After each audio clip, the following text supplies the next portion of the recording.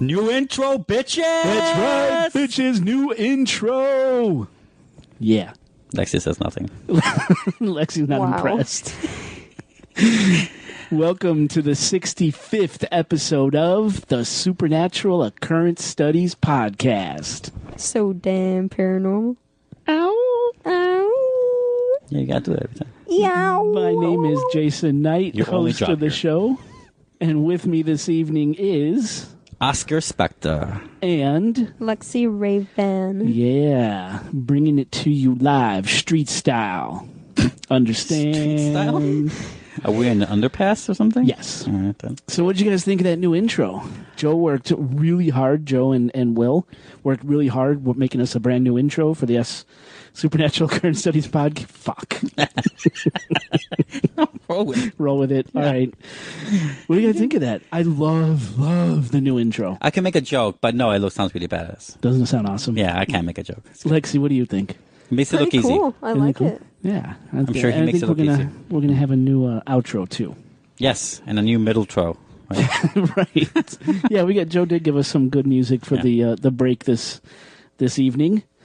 So the lights are turned down low. The drinks are flowing. Our ceremonial candle is lit. Yeah. Let's get this show on the road. What do you say? Do you have a pantry full of candles? It's just a never-ending supply of vanilla candles. I always noticed that. Yeah. See, I always try to set the mood when you guys come over. You know, low lights, drinks, candles. I mean, yeah, I don't need any of this, but I'm kidding. I appreciate it. Thank you. I really love the mood. Thank you. You should make a restaurant. Make a restaurant. Yeah. Sure. Yeah, do it. So, before we jump into the actual content of the episode, Yes. what have you guys been up to? How you been? Lexi, you go first. I've been all right. You seem kind of down this evening, Lexi. What's going on? You okay? Just the usual. How's your chakras? My chakras are probably really unaligned. But you just got back from having them aligned. I know. What happened? Panic, man. Panic attacks. Yeah, I hear you. Yeah, she's been getting some wicked panic, anxiety attacks lately, and it's been a ball. It's been a trip. Mm-hmm. I bet. Yeah, I mean, I literally suffer zero of this, but I suffer vicariously through her. Yes, yeah, I could imagine. So Can't be easy. And tonight's a full moon, so it's probably Well, fuck. extra. well, Not to add to your that was whatever you got going on. Yeah. So we won't pick on you too much this evening. How's that? Okay. Oh, yeah. You want a pillow? She wants Sleepy Betty by. You're going to put our listeners to sleep. Yeah. I'm sorry. It's like 3 a.m. and I have work tomorrow. You have work on Tuesday. 4:30. It's 4:30 on Tuesday. Not tomorrow. You work in I'm off on 13 hours. Tuesday. It is. It's 2:00 in the morning. We've been. We actually recorded an episode-ish for your podcast, Oscar. Yes, you did one of the segments for my movie podcast, another movie podcast. That's what it's called. It's we do 3 reviews a week or bi-weekly. So 3 reviews a show instead of just one. Most people just do 1. We do 3, bitches. Because we want to encompass a lot, you know. Yeah. And I couldn't get my usual co-host to do one of them with me, and I hate doing solo casts, so I had you two on for... You two? I have a name. You two on for the for the review of that one. Thank you for helping me out. Yeah, You're it was welcome, awesome. It was babe. fun. What was the movie we reviewed again? Mary and the Witch's Flower. Mary and the Witch's Flower. Pizza! Don't you start. Oscar, turn her mic off. Pizza break. It's over there. Could you edit this out? I could try. Oh, no. So yeah, that was a lot of fun. We've been really sick around here the past week. You guys are sick a lot. Oh my know. gosh, I got It's- sick too. It's the kids. It's Dude, the kids. why do you guys get sick so goddamn much? You get the kids healthy. You send them to school. They get sick again. They come back. They get used. They're like little Yeah. bioterrorists running around. They really are. So it's been a rough Except week. they also hemorrhage your money. Yeah. Wife and kids hemorrhage my money. Yeah, they do. So it's just been a rough week, but I did put together copious notes on what I think is a really interesting topic. No, it is very interesting. I like it. So before we get into the topic, I do have some housekeeping to go through. Yes. We got some new iTunes reviews. Nice. Yes. Always appreciate Wait, I the shouldn't iTunes. assume. They are nice? They are nice. Okay, good. Yes, because even if they were bad, I would read them because I did promise the listeners If you leave us a review on iTunes, we will read them on the air. I want and someone give you out a there. Shout out. I want a real fan to listen to me right now. Uh-oh. I want you in 3 shows from now, post your favorite Bob Dylan's lyrics as an iTunes review. Okay. Well, assuming they know Bob Dylan. Oh, well, good Can point. figure it out. I have 3 weeks, Good point. a month and a half to figure Do it you out. know Bob Dylan? Do you know Bob Dylan? Just listen to Blonde on Blonde then. That's the most common one, right? So Yes. go from there. So there you go. As long as you give us 5 stars, I don't care what you write in the context. I just want to see if someone does it. You know? That'd be great. Yeah. So I always say we will read your reviews on the show if you leave them on iTunes. If you leave it on iTunes and you let us know that you've done so by either taking a screenshot of you leaving the iTunes or leave the exact same iTunes You rating send a on carrier Facebook. pigeon of the screenshot of That's the right. iTunes If you review. let us know that you did it, we will send you something cool at our discretion. Right, Oscar? Or we could give We'll send you Lexi's sock. a shout out Do not. on the show. We could kinda promote your social accounts. We could promote your businesses. Is it? Whatever you want us to do. But we live and die on iTunes reviews, so we do have 2 new ones this week. Hey. Or the past 2 weeks. Oh, there's the sock. That means there's a barefoot under that blanket somewhere. I'm going to vomit it in my mouth. We do have from Painted purple. Pam _ Newsome. Pam _ Can you put my Newsome sock back on? rated us 5 stars. And Yes. she said, it's a great show. Without tickling Love the banter between all the guys. Let me read that again because Lexi was talking. He's tickling me. That was Pam _ Newson, 5 stars. It's a great show. Love the banter between all the guys. Yeah, I wish we had other guys right now. Yeah, so it's we been could a while. say, We like, almost had Dave this evening, Oh, but yeah? we were just recording way too late, and he's got a foraging tour tomorrow morning. he forges money? No, That's a bad- foraging. Oh, People okay. pay him a lot of money to take him around and collect wild edibles, food, Yeah, I know. and then they go to a Michelin star winning restaurant, and that restaurant will prepare all the food that they forage throughout the day, and it's this really great thing. So we had a foraging tour very early Sunday morning, so he couldn't make it. Joe Erie couldn't make it, but he did provide us the brand new intro, and we're going to have a brand new outro after this episode, so make sure you listen to the end. And he gave us some bumper music as well. So Joe's here in spirit. So thank you, Pam _ Newsome. Hope to keep you entertained. Our second review was from Shriver Diver. Shriver Diver rated us 5 stars. And he said, check these guys out. This is a must-listen-to podcast if you are a fan of the paranormal. Love hearing the stories and would love to investigate with these guys sometime. Aaron. So check these guys out. It's a must-listen-to podcast if you're a fan of the paranormal. Love hearing the stories and would love to investigate with these guys sometime. Aaron. So, Aaron, thank you for the 5-star and the very awesome, kind review. Oscar, what do you think about that? I think that if they realize if they were to come out with us or any expedition of paranormal explorations, they would realize that it's really boring. Like, it's like a lot of walking, a lot of listening, a lot of keeping time in check while you try to find something. Yeah. On the off chance you'll get to hit something. Yeah. Which is rare. It's very rare. It's a lot of legwork. It's like, have you ever seen Indiana Jones, the first one, when he's talking to the class? You're going to kill me. You haven't seen it? I haven't. You haven't seen the movie at all, have you? I've never seen it. Actually, I knew that already, Yes. and I teed you up so you can feel the shame. So now all the listeners know my deep, dark secret. Yeah, one of them. One of the many. One of the many. There's a lot of skeletons in that closet. Yes, some. Yeah, this one has an Indiana Jones shaped hat, and in this one, it's one of the things he says so many times. Like, archaeology is not sexy. It's about reading, being in the library, doing research. But of course, the next scene after, he's having an adventure. Yeah, he's running from a massive Yeah, boulder. he's right. Exactly. So it's kind of You're right. It can be really boring out there. Yeah. You're right. You go to a lot of these places expecting dog-headed demons to be running after you, and Yeah. nothing usually happens. Yeah, I mean, that's why we don't wear any protection. That's why we bring beer, guys. Like, it's We bring beer. no, but we do have fun while we look for things. And Absolutely. we soak it in. A lot of the times we end up doing is soak in the history of where we're going more than the things that are there Yeah. that are paranormal, right? because it's just that it won't always call for you. It doesn't care if you're calling, you know. That's right. It'll answer whenever it fucking wants to. That's right. So, kind of like my kids. What did your kid call? When she called me brah, I told her I'd put her through a wall if she ever said that to me again. Yeah, that's the life I live. As we were talking today, actually while we were recording your episode, Oscar, on our Instagram, at Chicago Ghosts on Instagram, we got a really great comment I wanted to read. It's from Timothy.Phelps42. And he commented, I love the level of proof that you all bring to the paranormal realm. Thank you guys for everything you bring to the table. That's a great review. I like That's that one a a great comment. So, Timothy, I don't know if you listen to this podcast.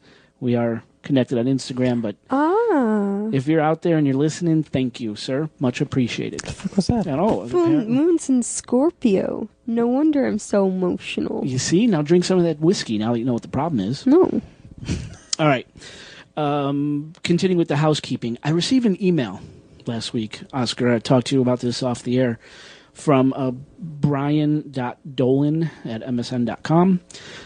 He wrote saying that he listened to a past episode. I think it was episode 50, when we went to the alien cat house. Okay, yes. And we interviewed that crazy-ass episode. Yes. Listeners, check it out if you haven't. Episode 50. We reported live from a famous brothel in Nevada. It was nuts. But he had written that he didn't understand why in that episode we said SOS-radio, that we're reporting for SOS-radio. That's right.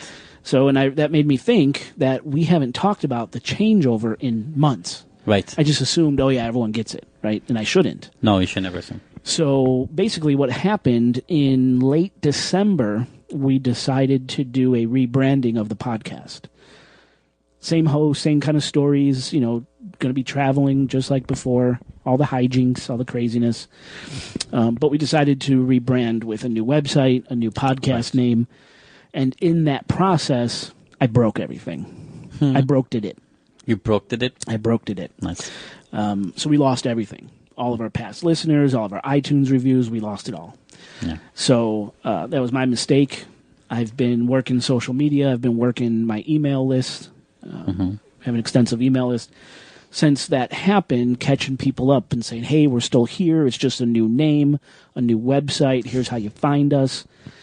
So to answer Brian's question, SOS-radio is the Supernatural Occurrence Studies podcast and vice versa. Yes. It's just, we're at episode 65 this evening, right? It would be impossible to go back and edit every single episode to take out every mention of SOS-radio or SOS-radio.com. So, and I don't want to delete those episodes because they're great episodes. Right, yeah. They're fantastic episodes. So, SOS-radio is the Supernatural Occurrence Studies podcast. Supernatural Occurrence Studies podcast is SOS-radio. If you go to SOS-radio.com, you will get to chicagoghostpodcast.com. That was really hard to say. Yeah, you almost got it there. So it was really nice. All works. They're all joined up together. But, Brian, that's why we mentioned SOS-radio, because we went through a rebranding and didn't want to get rid of the old episodes, and it's impossible to edit all of those old episodes to get out all the references. Did I pretty much say that correctly, You Oscar? did. You did. So, but Brian, thank you for listening. And I'm not going to edit that shit again. Yeah, no, that's impossible. It's really hard. And we must have said SOS-radio a million times. Yeah. Over those episodes. You did anyway. And I just didn't want to. I don't want to delete the episodes. Yeah, I get it. Otherwise, the Cat House episode won't exist. The Area 51 episodes won't exist. The Bridgewater Triangle episodes won't exist. The Pfister Hotel episode won't exist, and on and on and on and on and on. So there you go. There's the answer. Contact us at contact@chicagoghostpodcast.com. Find us on Facebook at Chicago Ghost Podcast on Facebook. Twitter and Instagram at Chicago Ghosts. And if you love what we do, become our Patreon. Patreon.com/Supernatural Occurrence Studies Podcast. Did I forget any housekeeping, Oscar? That corner of the room is still pretty dusty. There is. I see cobwebs over there, and that is unacceptable. That is really unacceptable. If you guys know Jay, like I do. I have issues. Yeah, I have a lot of issues. Yeah. All right, great. Lexi, anything you want to say before we take a quick break and roll into the topic? Nope. Great. Oscar, let's take a break. Okay. And we'll come back in a moment. Sweet.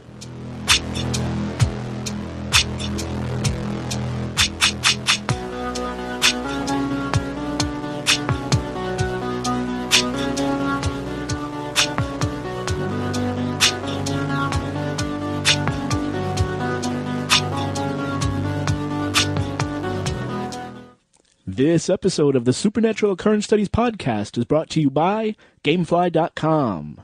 Right now, for our lovely listeners, Gamefly is offering a premium, free 30-day one-game trial. That's one free game trial shipped directly to you with a pre-addressed envelope included for super easy returns. No contracts and cancel at any time. Go to www.gameflyoffer.com/ghost. That's gameflyoffer.com/ghost.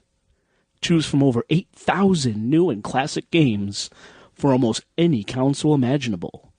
Remember, that's www.gameflyoffer.com/ghost. Start your free trial now. Today's episode of the Supernatural Occurrence Studies podcast is brought to you by Grasshopper.com. Sound more professional and stay connected with Grasshopper.com. Grasshopper.com, the virtual phone system designed for entrepreneurs.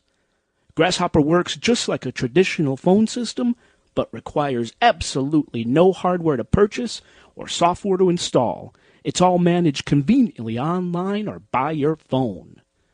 Callers can reach you wherever you are, at home, on your cell, or in the office. Get a toll-free number, multiple extensions, custom call forwarding, send and receive text messages, and more. Listeners of the show save $50 on your order when you visit www.trygrasshopper.com/ghost. That's trygrasshopper.com/ghost. Plans start at only $12 a month and come with a whopping 30-day money-back guarantee.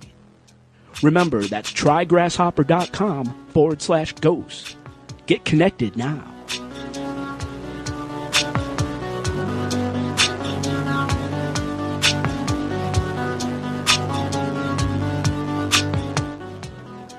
We are back. I don't know. I'm loving the new music from Joe. Him and Will have I dig it. really stepped up their game for us. So, again, thanks, Joe. All right. Tonight we're going to be talking about the Great Lakes, specifically Lake Michigan. We're in Chicago, right? Yep. Right on the lake. Of course, we're talking about Lake Michigan on a podcast dedicated to all things paranormal because Lake Michigan is loaded with high strangeness. Forget the Bermuda Triangle. What a lot of people fail to realize is that right here, right in the Midwest United States, we have our very own watery epicenter of strange and bizarre activity. Disappearing ships and planes, strange effects on navigational equipment, ghost ships, sea monsters, UFOs, and even an underwater version of Stonehenge. We call it the Lake Michigan Triangle. In his book, The Great Lakes Triangle, author and aviator Jay Gurley said that he believes, quote, the Great Lakes account for more unexplained disappearances per unit area than the Bermuda Triangle. Now it may, end quote. Now what makes this statement so incredible is the size of the Bermuda Triangle is 16 times larger than the Great Lakes. So it's a lot of activity. Yeah. So all the Great Lakes have tons of paranormal activity. I want to focus on Lake Michigan and what's called the Lake Michigan Triangle. Have you heard of this before, Oscar? No. So the area within Lake Michigan that is considered to be the triangle stretches 3 points. Mm-hmm. At the northwest point is Manitowoc, Wisconsin. Okay. At the northeast point is Ludington, Michigan. And at the southeast point is Benton Harbor, Michigan. Okay. So that big triangular area in Lake Michigan is what's considered the Lake Michigan Triangle. Okay. Up in Wisconsin, and then 2 points northeast and southeast in Michigan, that being Ludington and Benton Harbor. So as I like to do, I like to get some factual information out there about the topic at hand. Right? So I want to talk about the Great Lakes. Do you know what the 5 Great Lakes are, Oscar? Huron, Erie, Lake Michigan, of course. Yes. Ontario. Yeah, one more. Superior? Yeah, good. Yeah. Good. I always remember it by the acronym HOMES. Oh, okay. Huron, Ontario, Michigan, Erie, Superior. Yeah. Goes back to grammar school. It's been a while for me. So it's interesting how the Great Lakes were formed. About 1 million years ago, glaciers that were 6,500 feet thick. So just imagine this, 6,500 feet. Covered most of the Midwest of the United States, right, where we're sitting. Right. The glacier's slow back and forth movements carved out these unbelievably massive gouges in the earth that would eventually fill with water when the glaciers withdrew and melted approximately 14,000 years ago. This is how the Great Lakes were formed. Okay. I'm with you. Now the Great Lakes... Okay, you're with good. The Great Lakes make up about 21% of the Earth's fresh water and cover a combined area of 94,250 square miles. That's 5,439 cubic miles of water. Damn. Their size and volume, rolling waves, vast depths, and strong currents have acquired the Great Lakes the nickname Inland Seas. Inland Seas. Okay. Out of the 5 Great Lakes, Lake Superior is the largest, containing more water than all the other Great Lakes combined, and actually totaling 10% of the Earth's water, fresh and salt. So this Superior is massive. Yeah, it is. Now getting a little more micro, Lake Michigan is the only Great Lake located entirely in the United States. Right, the rest touch Canada, right? Right. Yeah. Right. And for those who don't know, Lake Michigan is bordered by Illinois, Indiana, Michigan, and Wisconsin. Right. Now, Lake Michigan is the 6th largest body of fresh water in the world. It's 300 miles long and averages 75 miles across. So this is no puddle we're talking about. This is still a massive body of water. It's got an average depth of 279 feet, and its deepest point measures 923 feet at its northern half at what's called the Upper Chippewa Basin. Lake Michigan is the 3rd largest of the Great Lakes if measured by water surface, 22,404 square miles water surface. And, of course, Lake Superior is number 1. Lake Huron, by surface, is number 2. Okay. Lake Michigan, though, is the 2nd largest by volume, ringing in at 1,180 cubic miles of water. And Lake Superior is number 1 by volume. Now, the water of Lake Michigan, and this kind of ties into some of the stories we're going to talk about, the water of Lake Michigan has an unusual circulatory pattern. It resembles the traffic flow in a suburban cul-de-sac. How would you describe a cul-de-sac for our listeners, maybe in other countries, Oscar? I live in the city. I don't do cul-de-sacs. Okay. Oh, you know what? Good point. Yeah. Well, of course, it's the one-way street. Yeah, it's a one-way street. They go circular around. There's the houses surrounding the circle. Yeah. Right, and you park go back in the out circle, the other way. and you go bump. Yeah, you have to go circle around to get back out the other way. So one-way direct. Yeah, One-way road. One-way road that leads into a circle. Yes. Right? So that's how Lake Michigan waters kind of moves. It moves like the suburban cul-de-sac, this very slow, circular sort of current pattern. Ocean-like swells and squalls, especially during the winter, can result in drastic temperature changes along the coast and shorelines of Lake Michigan and provide for extremely difficult and treacherous ship navigation. Matter of fact, a lot of times in the cold months, Chicago's famous Lakeshore Drive, or the LSD, will actually shut down due to huge waves crashing over rock wall barriers and onto LSD, making driving and pedestrian traffic nearly impossible.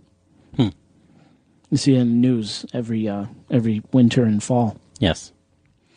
Major port cities on Lake Michigan include Chicago, Illinois, where we're at, right? Green Bay, Wisconsin, Milwaukee, Wisconsin, and Gary, Indiana. Now, the first Europeans to actually see Lake Michigan were French traders and explorers in the 1600s. And they named Lake Michigan back then the Grand Lac, L-A-C. I'm assuming in French that's lac. I don't think it's lake. For lake, must be. Yeah, lac, Grand Lac. Samuel de Champlain is the one who named it Grand Lac back in the 1600s. That guy's a piece of shit. You don't like him? Nah, I've seen his itinerary. Yeah, no, he's... You don't like him. Oscar's not having it. Nope, not with that guy. Well, all right. So it started out not Lake Michigan, but Grand Lac. It was later named the Lake of the Stinking Water or Lake of the Puants, named after the indigenous people who occupied its shores. Okay. It then became Lac St. Joseph. You're kidding. Nope. And then Lac de Illinois. And then Lac Dauphine. Dolphin? And then Michigami. Wow. The Ojibwa Indian word meaning large lake or land surrounded by water. And eventually becoming Lake Michigan from that Ojibwa word, Michigami. Right? So a lot of name changes, lots of history here. Fun fact, though, the Ojibwa, members of the Algonquin people, inhabited what is now the state of Michigan, part of the Lake Michigan Triangle, as far back as 11,000 BC. You're kidding. Isn't that insane? How do they know that? I didn't, like they carbon date some stuff in there? Yeah, through artifacts or whatever. and findings, I guess they carbon could, dating, But 11,000 years before Christ, BC. Yeah, Isn't that nuts? That's nuts. I never man. knew that. I like that. I like that stat. Now, within Lake Michigan, there are literally thousands of shipwrecks sitting at its bottom. Estimates range from 2,500 to nearly 8,000. Could you believe that? Yeah, I can. And at least 18 ships have vanished in the Triangle area. 18. Okay. A good many of them went down or just disappeared in part of the Triangle between Benton Harbor, Michigan, and Ludington, Michigan. Kind of that East Side Triangle. East Side? So a lot of these disappearances and mysteries that we're going to be talking about kind of focus on the east side of the Michigan Triangle. You with me? Yes. All right. Now, when these wrecks and disappearances happen, sometimes there were survivors. Most of the time, there were not. But in the cases where there were survivors who could actually pinpoint where the ships went down, no ships were ever found. So, I want to talk about 7 of the most movie? famous... Oh. No. 7 of the most famous maritime tragedies and the resulting hauntings that happened on Lake Michigan. Okay. Starting with the Griffin. In 1679, a rugged 40-ton ship called the Griffin, captained by French explorer René de LaSalle Street, Chicago, set sail from Washington Harbor near Green Bay, Wisconsin, heading to Niagara, New York, in favorable weather conditions. As soon as the Griffin left the harbor, it, along with its 6 crew members, vanished without a trace. No bodies were ever discovered. No wreckage ever found. Since the Griffin's disappearance, a glowing, ghostly, 3-masted ship has been seen emerging from the fog on the banks of Lake Michigan. Many believe this to be the ghost ship Griffin. The ghostly Griffin likes to put itself in a collision course with other ships, only to disappear right before the moment of impact. The phantom ship is seen most often sailing on foggy nights around Michigan Harbor. I love ghost ship stories. Yeah, they're fun. So this thing just emerges out of the fog. Boats see it. It's in direct path, direct collision course with the earthly boat, only to disappear right before they hit. Yeah. That's man, don't you wish you were? I mean, would you want to be there? It sounds cool reading it, but like, Oh, hell yeah. I would love okay. to see one of these. because how is that in your spectrum of? I mean, I guess you're okay with ghosts. Okay, I know you don't like aliens. I don't like demons, aliens. I hate aliens. demons. Okay, so I'm just trying to imagine like if you'd be up for that. But yeah, okay, I guess. Yeah, I would Okay. totally. That's in your wheelhouse. Totally Okay. love to see this. Okay. Cool. And actually, this next ship we're going to talk about, this next disaster in the Triangle, Dave Black and I have a personal tie to. Really? Yeah. So let me tell this story. Please. Now, in this story, two cursed ships' fates are intertwined. There's a maritime legend that says any ship whose name ends with the letter A brings bad luck. And the first ship in this story, a 19th century schooner called Augusta, certainly lives up to that claim. In fact, the Augusta suffered so many bouts of misfortune that her name was eventually changed, which sailors also believe is extremely bad luck. So no ship names ending in A, and never change the name of a ship during her lifetime. So the Augusta did both, or had both. Then we have the Lady Elgin, the second ship in this story. Lady Elgin was a wooden-hulled side-wheel steamship built in New York in 1851. Yeah. What are you going to say? No, I was gonna say, do all these names like? Because there's a lot of towns named after a lot of these things. Elgin? Yeah, right. Oh, yeah, I didn't even think of that. Elgin, Illinois. Yeah, right. Oh, Did I they come wonder. from? They must have, right? Or what? I don't know when Elgin was incorporated. Elgin, Illinois was incorporated. It But seems that there's a lot of Oh, I connections didn't to a think of lot of that. suburbs and towns and whatever. yeah, you're right. Okay. I'm just noticing that. Okay, continue. No, that's all right. So Lady Elgin was built in New York in 1851. But because Lady Elgin's boilers and engine had once powered a slave ship called Cleopatra, many felt she was also cursed, just like the Augusta, from the moment she was launched. She engaged in slave trading, and her name ended in A. And the ship's inner workings underwent a name change when the boilers and engine were switched from Cleopatra to Lady Elgin. Not good. Yeah. The Lady Elgin, just like Augusta, suffered misfortune after misfortune during her time on the water. Seemingly, these maritime superstitions were coming true. Both ships' fate became forever intertwined when in the early hours of September 8th, 1860, during a violent gale, a particularly violent storm, Augusta accidentally rammed Lady Elgin and she sank in Lake Michigan off the coast of Highwood, Illinois. At the time of impact, Augusta was doing approximately 11 knots, or 12.6 miles per hour. Okay. And when she hit Lady Elgin, Augusta tore a hole in the ship's hull, effectively piercing hull, captain, and guards, as well as whipping off her wheel. The Lady Elgin sank within a half hour. Nearly 400 men, women, and children died. Meanwhile, the Augusta left the accident site unscathed and unaware of the carnage she was leaving behind, and the Augusta went on to deliver the cargo she was carrying. This incident is still considered the largest loss of life on open water in Great Lakes history, what became known as the Titanic of the Great Lakes. Now, legend has it that some of the people who went to their watery graves when Lady Elgin sank are still lingering about Lake Michigan shores. Because it was so close. Yeah. Rumors claim that people dressed in period clothing occasionally stumble out of the water and onto the shore looking dazed and calling out for lost loved ones. Students at Northwestern University, which sits right on Lake Michigan in Evanston, Illinois, have seen people stumble out of the lake shouting for help and yelling that their boat just sank. Then they disappear. Really creepy stuff. Now, I said when I first started talking about Lady Elgin and Augusta, Dave Black and I have a personal tie to this story. Right.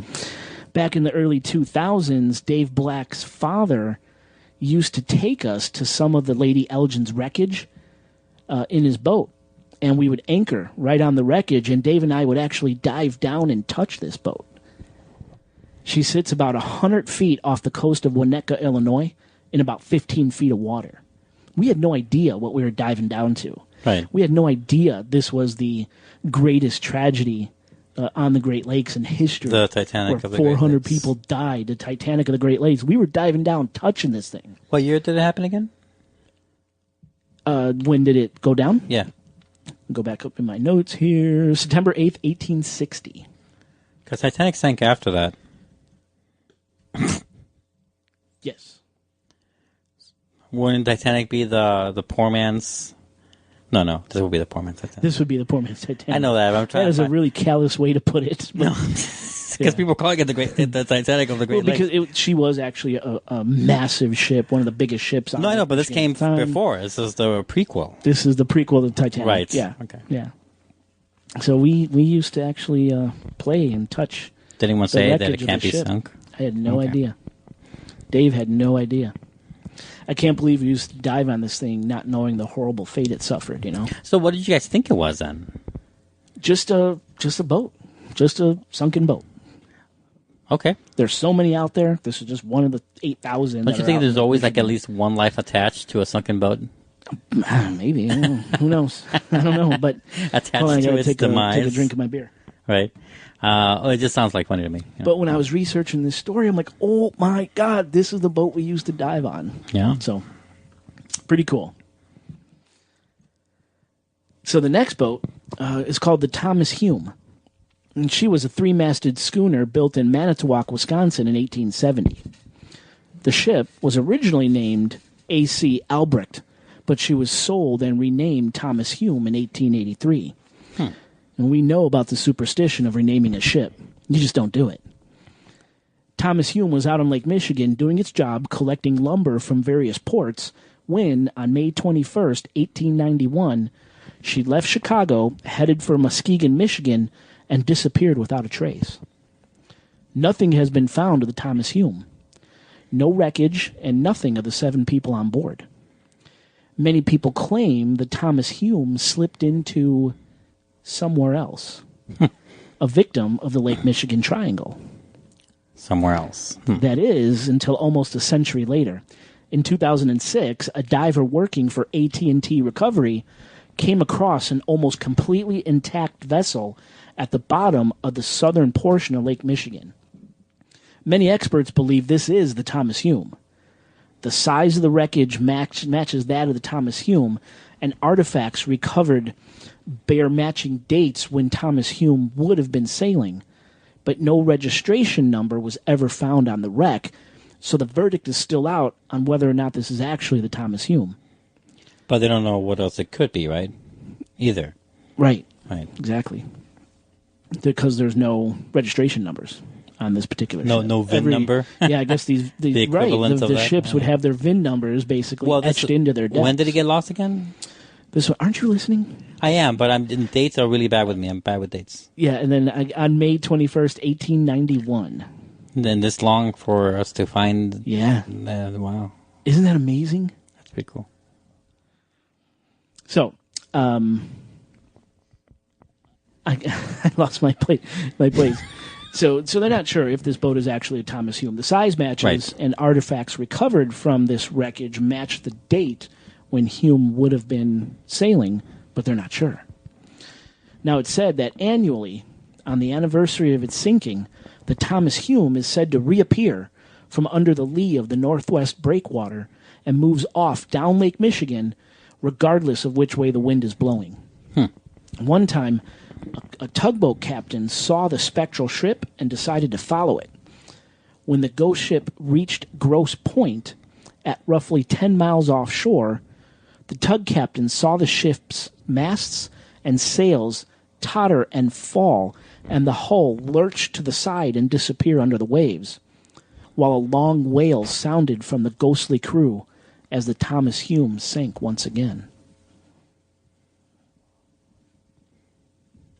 Sometime during the night on October 28th or 29th, 1892, the W.H. Gilcher, a massive 318-foot long, 40-foot wide steel-hulled lake freighter vanished. That was tough to say.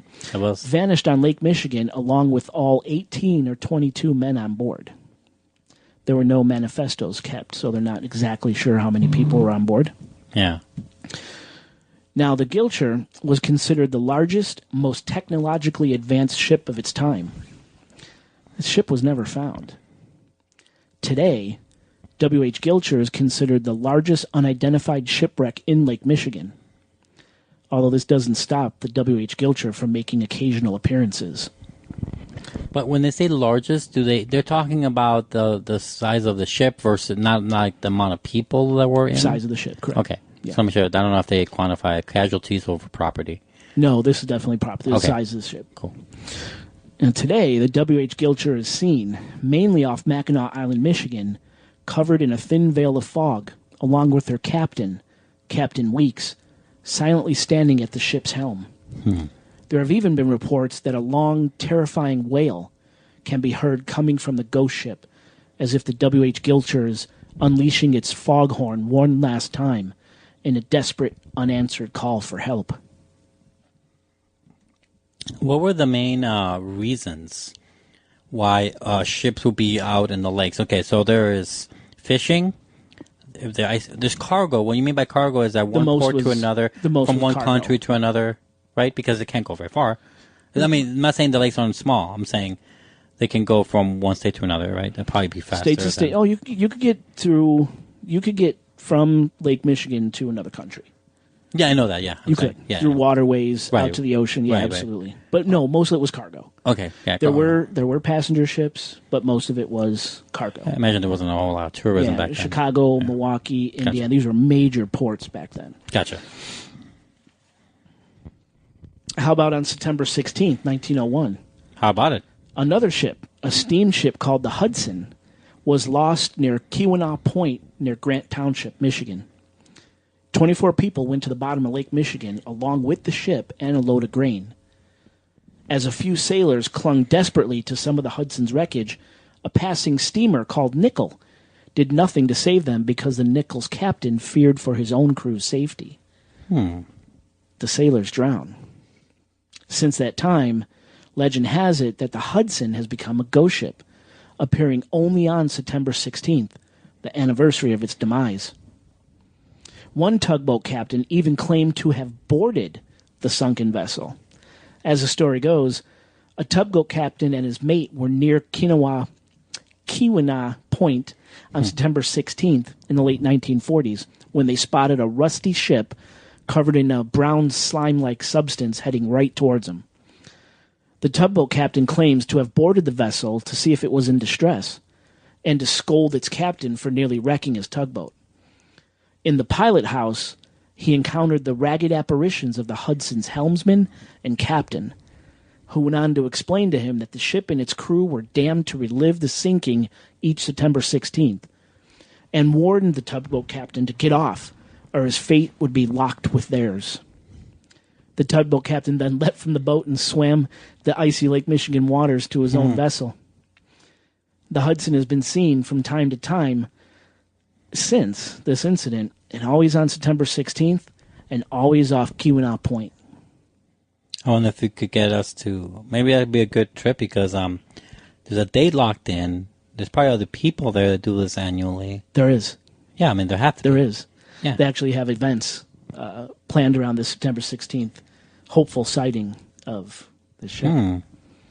You're right. That would be a fun excursion for the show. Yeah. It's not that far. I mean, I actually don't know, but it doesn't seem like it's impossibly far. Yeah. Right? No. I mean, it's a few hour drives past like Milwaukee, Wisconsin. But gotcha. Okay. Yeah, it's a day and a half trip. Yeah. That sounds like fun, dude. Anyway. Now this one's cool. This one's really, really famous. The Rouse Simmons, the Christmas tree ship. Ooh. Yeah. Built in Milwaukee, Wisconsin in 1868, the Rouse Simmons was a 205-ton, three-masted schooner built for hauling lumber between mills and markets around Lake Michigan, which she did for 20 years. In the late 19th century and early 20th century, the popular German tradition of placing an evergreen tree in the home and decorating it for Christmas became popular, and the demand for Christmas trees was huge. Schooners would make late-season trips from northern Michigan and Wisconsin, picking up Christmas trees and delivering them to various ports.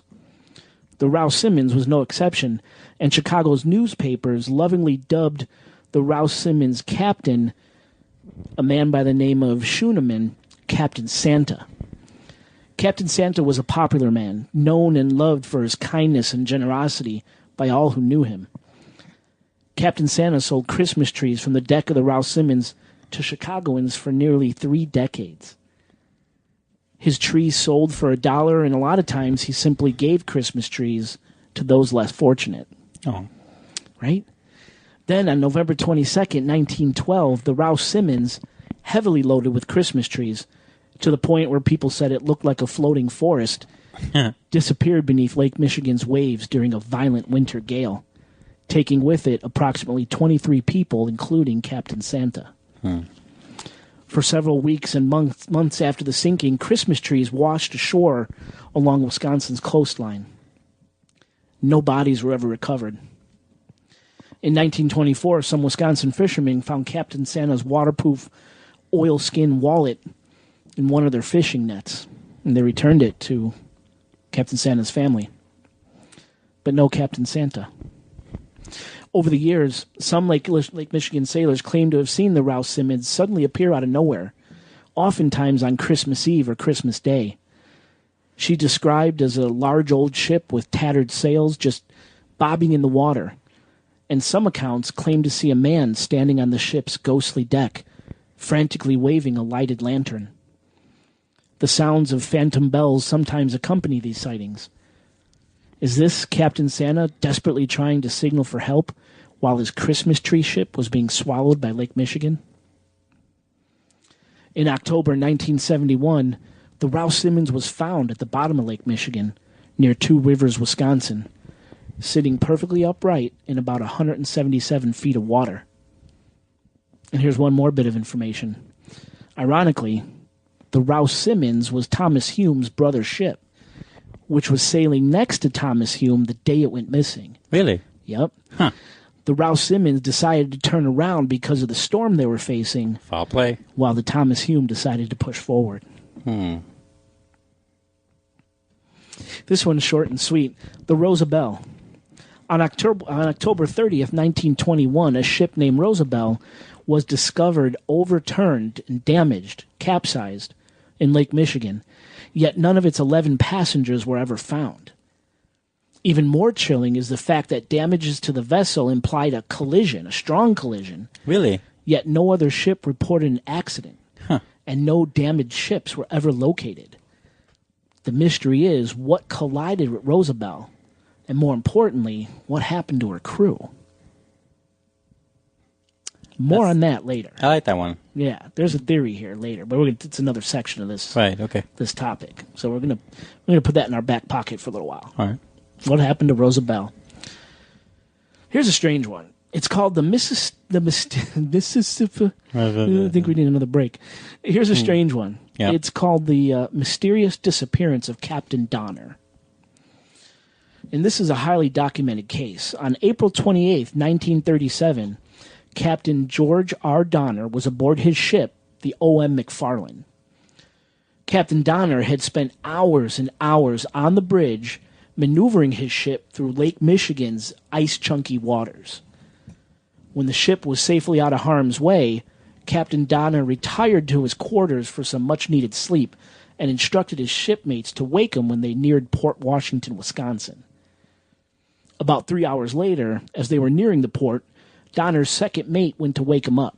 Mm-hmm. Donner's door was locked from the inside, and after repeated attempts to wake him, the mate broke into Donner's room, but the captain was nowhere to be found. Donner had vanished. There were 2 portals in Donner's cabin, but he was much too big, much too large of a man to ever fit through them. The ship was heavily searched, to no avail. And interesting, the O.M. McFarland was near Ludington, Michigan, at the time of Captain Donner's disappearance, one of the points that make up the Lake Michigan Triangle. Yeah. Captain Donner was never seen or heard from again, and this story is as much a mystery today as it was 81 years ago. In 37. Huh. So locked from the inside, classic Sherlock Holmes case kind of thing, where Go on that. he just disappeared, right? And then they're like, "What the fuck happened?" Yeah. And Right. If only Sherlock said that. What the fuck happened here? he just goes into a room. He's like, "The fuck?" That would be funny. Would it be DAFAQ? Yes, it has to be. DAFAQ? It has to be. It has to be. I'm curious of how normal it would have been, maybe even today still, but I doubt today. But back then, especially about ships, boats of any kind, to have like trap doors and stuff in case people climbed on it or like they were under attack, make like a cross-based kind of thing, Like a hidey hole. maybe like a hidey hole or another way out. That's a great question. I don't know the answer, but I would assume the way the articles describe the search that they did of this boat while it was still on water. Yeah. I mean, these guys, they travel on these boats for months. They know the intimacies of these boats. Right. There's no window or anything like that, right? Well, there are the portals. That's what you mean by portals? Okay. Yeah, portals are little round windows. Oh, those little round. I thought Yes. you meant that they were like. Oh, okay, I was thinking something else. Okay. Yeah, portals are like little round windows in a ship's hull Yes, I've seen them. to give you some semblance of light coming through, so you don't feel like you're in a coffin down there. But you're in a coffin, basically. Basically in a coffin, yeah, floating coffin. You're in a plane, you're in a coffin doing 1,000 miles an hour. You're in a boat, you're in a coffin doing about issues, 12 Jay. miles. Right, We're not talking 12 about miles an hour. Yeah. So the portals, there were windows in his room, but they were tiny. They were small, and he was a large man. There was no way he was getting through. Right. So this guy just vanished. And of course, what some believe is that the triangle got him. Yeah, or he made a deal with the devil and he disappeared. Right. Just gone. Okay, cool. Well, obviously I have no answer. So that was 7 boats, 7 ghost ships, 7 stories. But I want to throw a bonus in here. Even though this didn't happen on Lake Michigan, it happened on the Chicago River, which meets Lake Michigan, so I think it goes along with our theme. And since we're talking about ship disasters, it would be an extreme disservice not to talk about the July 24th, 1915 sinking of the SS Eastland. Have you heard of the Eastland disaster? I did a little bit in my research, but I didn't go too much into it. Okay. So, on July 24th, 1915, a cold, damp Saturday morning, the Eastland, known as the Speed Queen of the Great Lakes, was tasked with taking Western Electric employees and their families on a fun-filled trip from where she was docked at the Clark Street Bridge in the Chicago Loop across Lake Michigan to Michigan City, Indiana. Sadly, the Eastland never left the Chicago River.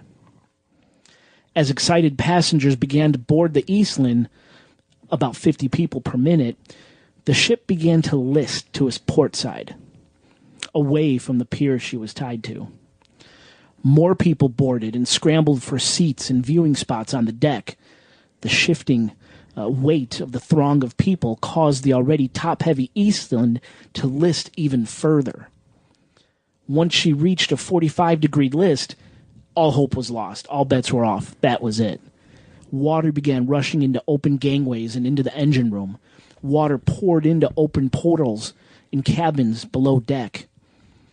The Eastland was built to hold 500 people plus cargo. There were more than 25 people on board when she finally rolled onto her side in 20 feet of water. I screwed up. Shit. Can we edit that or just roll with it? We can edit that. The Eastland was built to hold 500 people plus cargo, but there were more than 2,500 people on board when she finally rolled onto her side in 20 feet of brown, murky Chicago River water. 844 people died that morning, and they were a mere 20 feet from the pier. 70% of those killed were under the age of 25. Most died from drowning, having been caught below deck when the ship suddenly flipped onto her side. Others were crushed under the ship. Screams were heard for miles around. Hordes of bodies, alive and dead, crowded the waters around the boat. It was said that infants, babies, bobbed in the water like corks. For some reason, Chicago's pretty quiet about the Eastland, what became known as Chicago's Titanic. In 1990, a memorial plaque was unveiled at the site of the Eastland disaster, but it was stolen. You gotta love Chicago. Yeah. In 2003, a new plaque was installed on the corner of Wacker Drive and LaSalle Street, which is a really, really busy intersection, so it can't be stolen. But of course, with that much life lost, there are ghost stories. Today, as people walk across the Clark Street Bridge, they claim to hear blood-curdling screams and splashing sounds coming from the river below. When they stop to look and try to offer help, the river's empty. Other tales talk about shadowy outlines of bodies floating in the Chicago River where the Eastland stood that morning. Probably the most terrifying are the stories of hundreds of ghostly faces seen peering up from beneath the Chicago River's murky waters. And the ghostly activity isn't confined to the site of the Eastland disaster. Hundreds of disaster victims were taken to a makeshift morgue at Chicago's 2nd Regiment Armory. There, the bodies were left out, waiting for family members to come claim them. The 2nd Regiment Army eventually became Harpo Studios, home of the world-famous Oprah Winfrey Show. Right? Oprah Winfrey Studios, Harpo is Oprah backwards, is her studio. So Oprah Studios were haunted from ghosts of the Eastland victims. Ghostly marching sounds, laughing, children giggling, doors opening and closing on their own, clinking glasses, and even a ghostly gray lady were all reported phenomenon happening at Harpo Studios. Remnants of the Eastland victims who laid there. Wow. And Harpo Studios was demolished in 2016. Yeah. What do you think so far? I think that one's very interesting because you never get that quite so close, like a maritime. It's maritime, right? Yes. Disaster so close, like they were right there on the thing. 20 feet away. It feels like extra tragic, the fact that they were right there on land, but they weren't, I guess.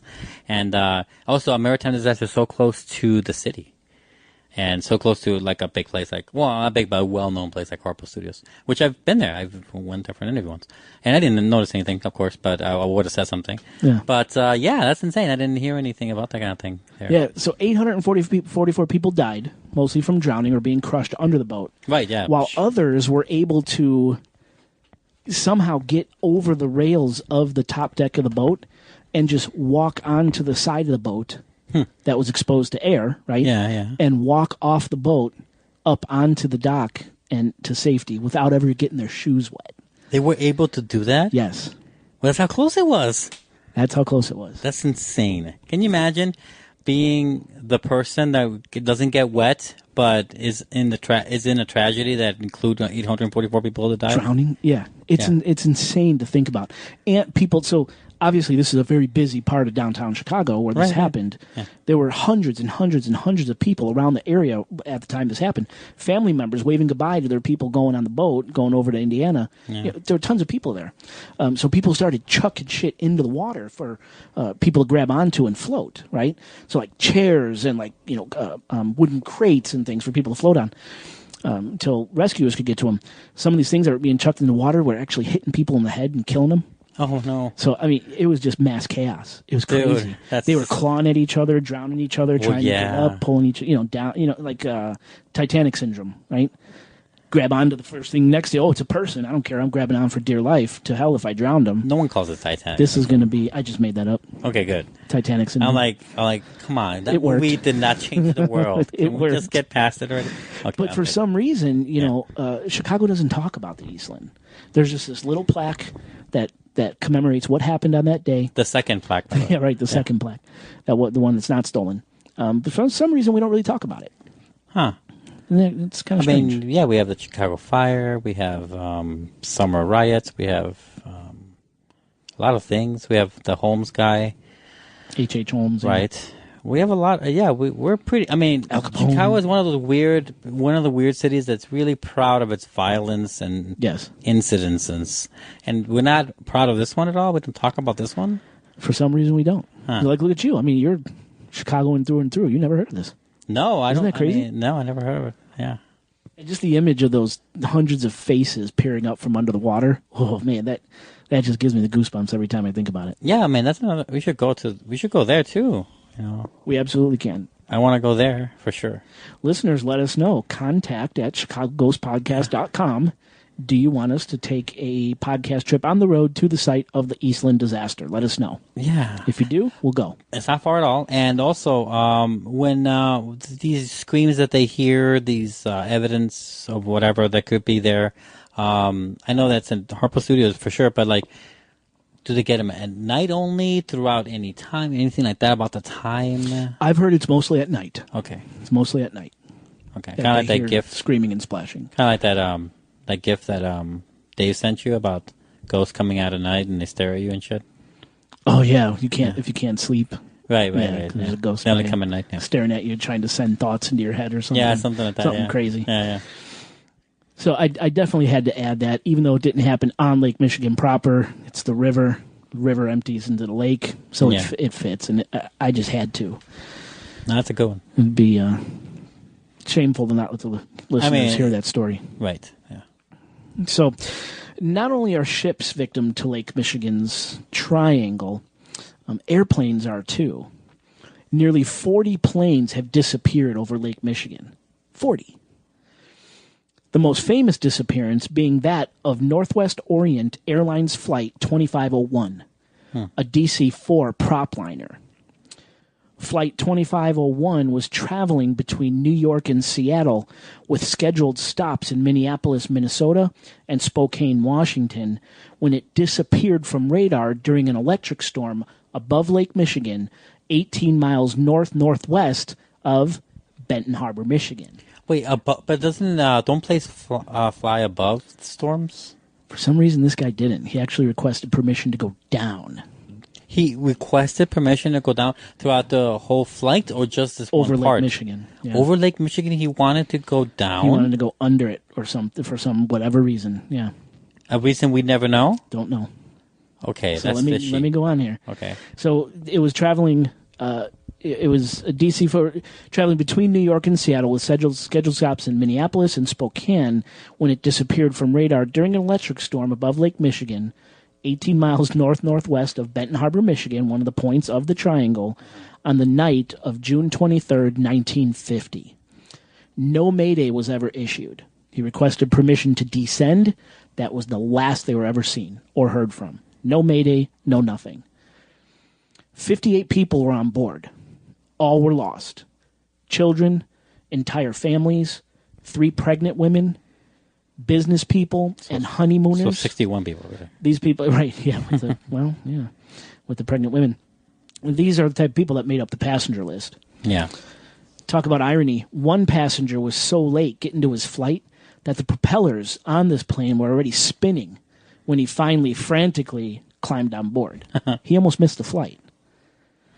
Another passenger, this was a great story too, another passenger purchased a $30,000 flight insurance policy from a vending machine at LaGuardia Airport in New York, where the flight originated, because oddly, his friend strongly urged him to do so. The thing that's blowing my mind is the vending machine. Yeah, I guess you used to be able to buy you can't. Flight insurance through a vending machine. Can't. Yep. Come on, in 1950? I guess so. Okay. Times, they are changing. Have you seen Mad Men? I didn't see that in Mad Men. Now, shortly after the plane went missing, a few body parts and some light debris were found floating on the surface of Lake Michigan, including a little girl's doll, a Bible. Not creepy at all. Yeah, right. And red sandals. But to this day, after all efforts to locate the plane with sonar, dragging the late bed, scuba diving efforts, even after hundreds of planes and boats searched the entire area immediately after the disappearance, no plane wreckage or bodies have ever been found. It's believed that the plane was doing 400 miles per hour when it hit the water. That's 400 miles an hour. That's like hitting on concrete. It is. Yeah. Like, you're absolutely right. That's not good. At the time, this was the most deadly commercial airlines disaster in history. At that time? That's what it was? Yeah, Yes. I guess that makes sense too. Yes. Wow. So, oh my God. So, there's so many can't get weird, over that interesting story. little things about it. One is, the smallest thing is the obvious thing is that, yeah, we all have that sometimes. We all get like a little premonition, like, you don't have to. Don't take Harlem on the way to work today. Things like that kind of thing. Don't take your guns to town, son. Right. That's really cool. That happens all the time. More times than we can ever, in our lifetime. Sure. Probably has happened. Look at all the stories about 9/11. Right. People whose alarm clock didn't go off, so they were late to work. Or, Yeah. the subway was running late. Or Yeah. Very Very interesting stuff. And then the other one, obviously the major one, is that why is this fucker going down? Why do you request permission to go under the stratosphere, or at the stratosphere, whatever it is, to what? Don't know. They don't know. Like a voice was telling him to do it? Was he compelled to do it? Did it feel like a force? Wow. Did it feel like... Did he know about stories and wanted to see? That makes no sense. That doesn't seem as likely. Did he... I'm thinking it's some sort of like a force of will that took him over to do it. And I don't mean like literally took him over like a puppet, but like compelled him to do it. And he was like, fuck it, I'll ask and get permission and do it. Or did what happened to the wreckage? Where's the plane? Right. Just gone. So they don't even know what was wrong with the plane that allowed that. They made this pilot want to go down. They can't even find the wreckage to find out what happened. Right. Not finding the wreckage, I understand. Because it's a large body of water. I know that it's been a long time now since, and I feel like if we made it our mission to look for it, we would have found it by now. But obviously, we're not going to keep looking forever. So we had to stop after the first, year? I don't know how long before search missions stop, because they can't do it forever. We're going to keep paying them to look for wreckage, right? But let's say that makes sense. I can see things getting lost forever. Well, not forever, but, until the lake dries up. So I can see that. But I just can't see the motivation of something so stupid. Like, you can see for yourself there's a thunderstorm down there. You don't have to. Like, you can see the dark. What time was it on? Do you remember? Did you say what time it was happened? Of the day? See. Because if it's nighttime, I guess maybe you can't see that. But if you see thunder and lightning and shit, obviously you don't go down there. Don't know that I. Because daytime, it's a clear, stark difference between dark clouds and not dark clouds. The night of June 23rd, 1950. Oh, the night. So Okay. this is at night. Maybe it's a little bit of. But remember, the Lake Michigan. Yes, it is a big body of water, but it isn't thousands and thousands and thousands of feet deep like the ocean is. No, I know that. So, and it's only, what did I say, 75 average. Like, yeah, distance, right. Miles. Shore to shore, and a few hundred miles long. So it's hard to believe that you're not going to find these things if you're seriously looking. Well, the thing is that, how can you be seriously looking after your initial look? Like, who's gonna? I'm just thinking, like, resources spent to find out the mystery. To find out this mystery, maybe it's not worth it for the people. Whoever be paying that bill. Maybe that's what it is. We would have to, Jay. You and I would have to make a committee and pool resources, get signatures to find people to hire the divers to do more of a Titanic type of research and finding it. Right? Yeah. That's the only way to do it, because we would find it. I'm sure. I just don't think that they were as devoted to do it all the time. Maybe. That's why I can buy that. It sucks that we can't find it. It's weird a little, but I don't think it's that weird. Gotcha. Yeah. Well, it gets weirder. Yeah. Oh, okay. Because if ghost ships and disappearing planes isn't enough, there's the Lake Michigan Stonehenge. Oh, yeah. What is that? You told me about this earlier. Yeah. What the fuck is that? So this is really, really cool. In 2007, Mark Holley, a Northwestern Michigan College professor of underwater archaeology, Wow. discovered, that's a mouthful for a job title. Northwestern Michigan College of Professor of Underwater Archaeology discovered a circle of stones approximately 40 feet underneath the Lake Michigan surface near Traverse City, Michigan. Huh. 6 main stones are arranged in a near perfect circle, and all are equidistant apart. Now, Mother Nature doesn't arrange items in circles and then make those items equidistant from one another. It just doesn't happen. Another stone, one that rests outside the main circle and measures 4 feet high by 5 feet long, has what appears to be a carving of a mastodon on it. A mastodon? Yeah, an elephant-like creature that went extinct almost 12,000 years ago. What about the... Yeah. Now, what's so remarkable about this mastodon stone is that it breaks the current school of thought that 12,000 years ago, early man didn't have the tools or the capabilities to make monumental stone structures in North America. This discovery disproves that theory because the carving of a mastodon had to be done while the mastodons were still alive and the lake bed still dry. And apart from the circle of stones and the mastodon rock that were discovered, there's also a near perfectly straight line of rocks leading to the circle of stones. Experts believe that this whole structure, the circle, the line, the mastodon stone, is a hunting field. And what I mean by that, the line of rocks leading to the circle is what's known, they think, as a drive lane. A line of rocks that animals will not cross, which effectively drives them in a set path right to a kill zone where hunters lay in wait. Kind of like a hunter's blind, if you will, which is our circle of 6 stones. And the mastodon rock depicts what animal is being herded down the drive lanes towards the kill zone, the mastodon. Now, in the show notes for this episode, I'll leave a link to an excellent YouTube video further explaining this strange sight. Do they have footage? They do. Okay. Yeah, underwater footage. So, like, after all 12,000 years, caused the water to fill up and rise over it, right?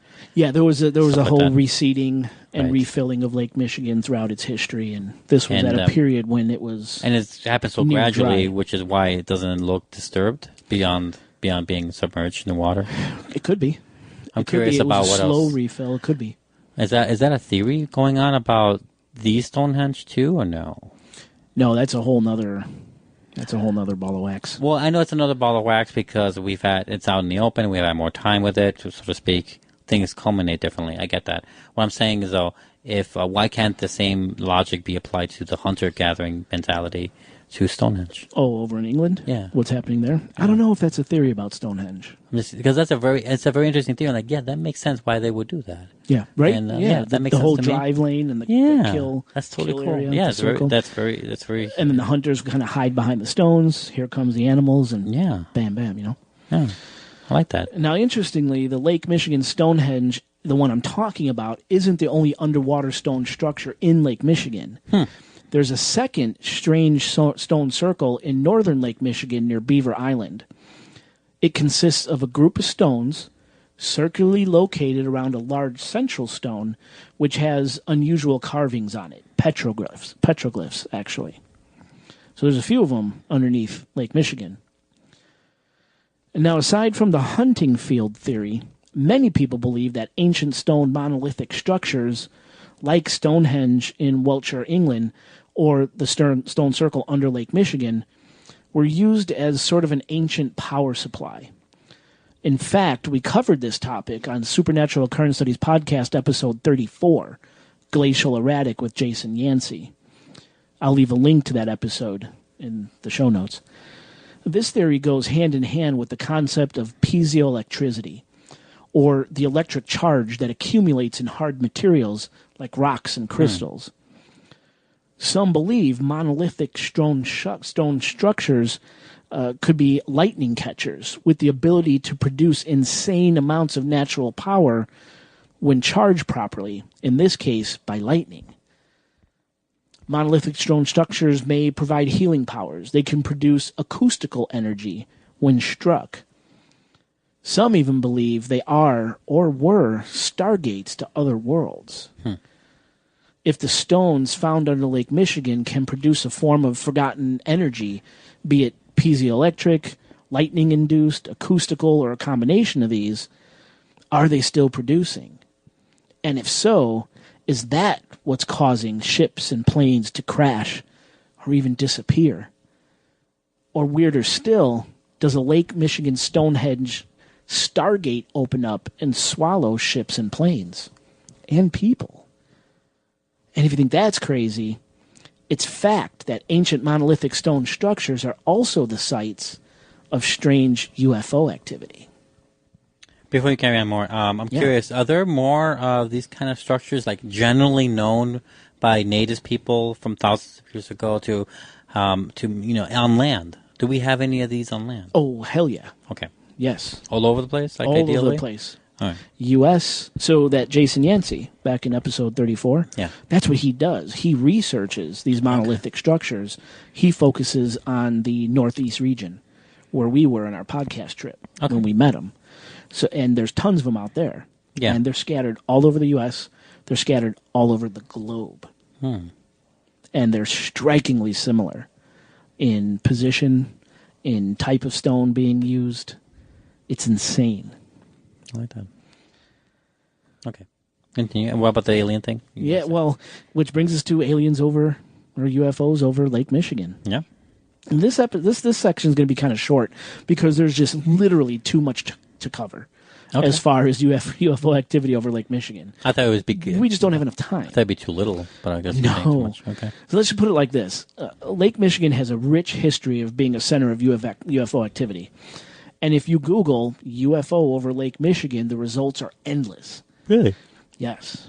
But I did do a search. Since April 1, 2015 to today, April 29, 2018, there have been over 200 reporting sightings of UFOs over or around Lake Michigan. UFOs come in all shapes and sizes: circular, disc shape, cigar shape, star shaped, rectangular, triangle, and even chevron shaped. Chevron. And the sightings last for seconds up to hours. Really? 200 cases. All over Michigan. Since April 1, 2015. All above or around the shores of Lake Michigan.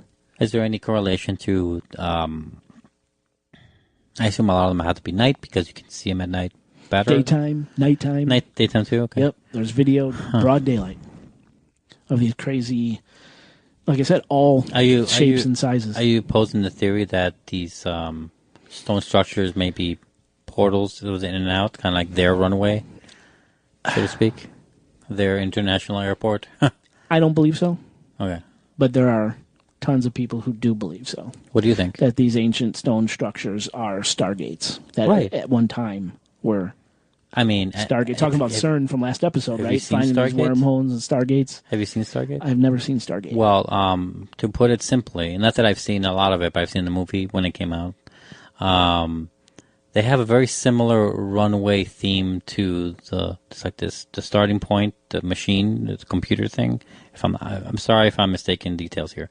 And then it's like a low runway, and then it turns into that big circle thing, the oval, where you go through to the other world. Kind of like exactly what I described. With the same image, the same layout. Oh. And obviously Stargate is a television show, it's science fiction, and they I won't be surprised if they got it from this, but I'm just very curious how they're very similar. And they're separated by thousands of years. So yes, they're saying that these stories are saying that UFO activity is attracted to these type of monolithic stone structures for whatever reason. Yeah. Don't know. It's curious. I've been thinking of we've been talking a lot about this kind of thing. After CERN especially, I've been thinking about CERN a lot more.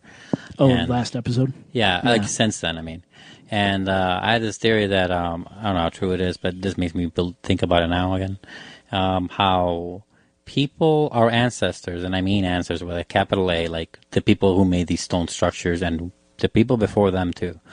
I wonder whatever contact they may have had with aliens or alien life forms or people from not this reality, I'm curious if they made like a certain deal with them, some sort of deal where they got to do something for them if they did something for them for the future.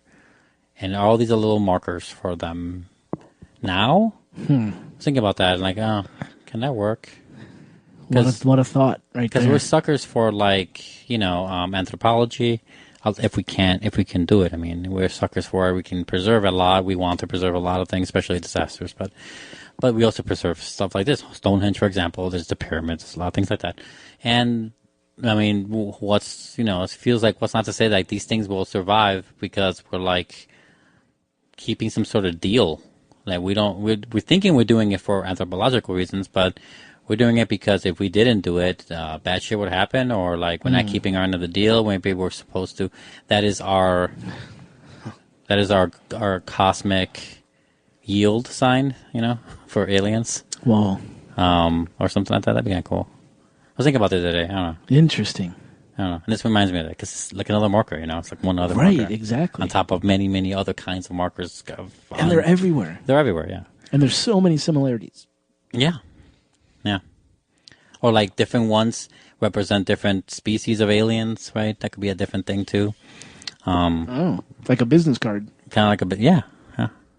Like, I love it. Only you arrive here, you guys arrive over there, That's your parking spot. Ah. Right? Something like that? Good analogy. Yeah, maybe. We don't know. We really don't know. A lot of theories. The hunting field theory makes sense. Yeah. Because indigenous people still do that today. The Alaska pipeline was actually reshaped to not mess with the migration of certain animals along the pipeline path because they would not cross the pipeline. So they actually had to restructure and reshape the pipeline to not mess with how these animals move in the these area. animals would not cross the They wouldn't cross it, so it's another drive lane. The Alaska pipeline was acting as a drive lane. Unintended, but it was. So they had to restructure and rebuild it, reroute it.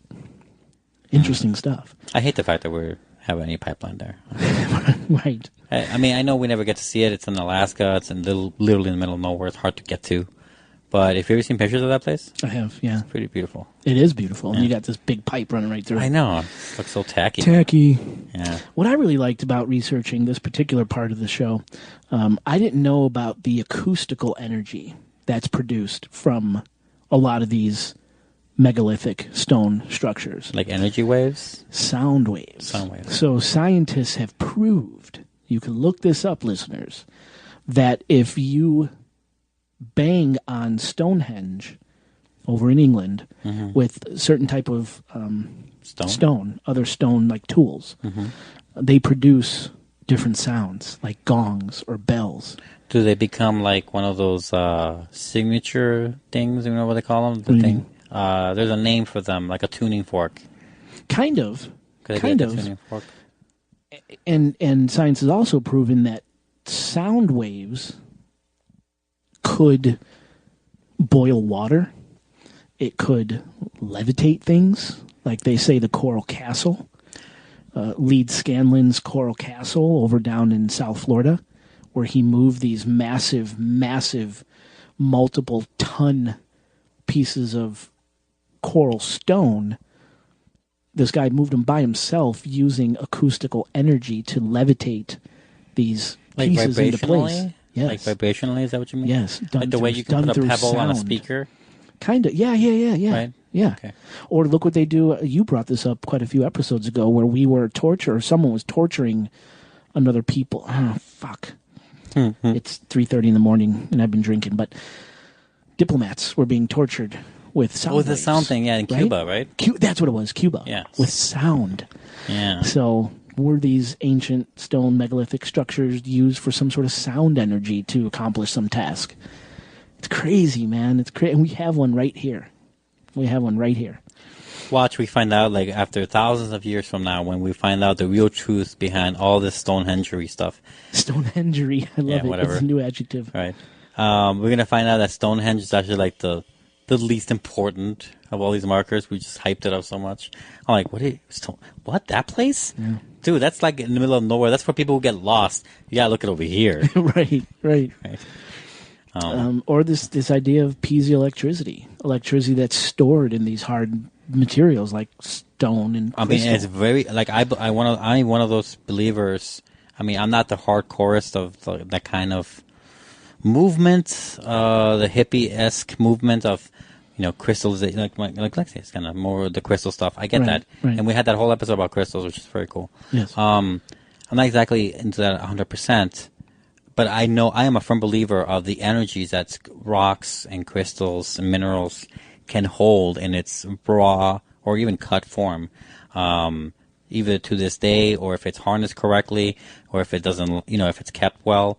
Like, for all I know, whatever the stone composition or this tuning fork aspect now that I didn't know about that, about Stonehenge and those kind of markers, I can totally believe there's still, like, residual energies. Right, exactly. I can totally see that in a heartbeat. Well, it was really interesting when I met Jason Yancey, the subject of episode 34 that I mentioned. I'll leave the link in the show notes. Mm-hmm. When we met him up in Massachusetts, when we took our Massachusetts podcast trip, the Bridgewater Triangle stuff. Yeah. I don't remember what type of rocks he had. He had it on him, on his person. And he told me, put one rock, and we interviewed him briefly at a picnic bench, right, a wooden picnic bench. He said, take this piece of rock, and you can go back and listen to the episode. It'll tell you exactly what kind of rock we had. But he said, take this rock, put it on the bench, right, put it on the table. Take this other rock, same type of rock. They were tiny pieces, like little chips. He said, hold the other one in your thumb and pointer finger, and just slowly pass the rock you're holding over the rock that's sitting on the table.